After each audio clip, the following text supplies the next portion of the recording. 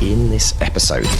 It's absolutely incredible. Karen has entered over 40 short story competitions. But the thing that's fascinating about Karen is her incredible success rate. And today we're going to delve into some of her secrets as to how she does it. The word count you're putting out a month is absolutely bonkers. I've seen numbers like 40,000 words a month. How are you doing that? I think once I sit down and start writing, when we were talking about going into the flow and being totally focused, I completely lose track of time.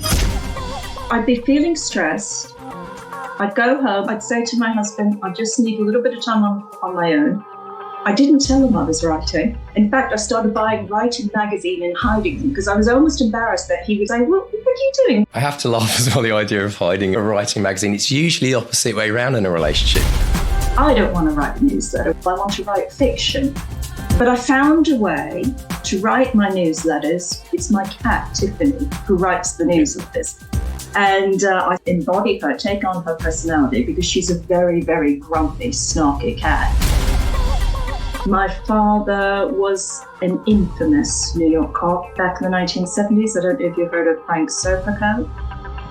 He was the policeman who turned in the corrupt police officers who were taking money from the mafia. My father was also a writer, but he was a writer who didn't show his work to anybody. Now, with entering competitions out there, and sometimes it's hard to know which ones are the real deal and which ones are kind of not so legit, how do you make decisions over what you enter?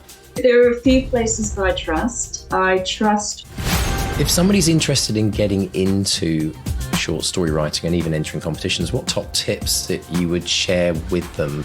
Okay, number one,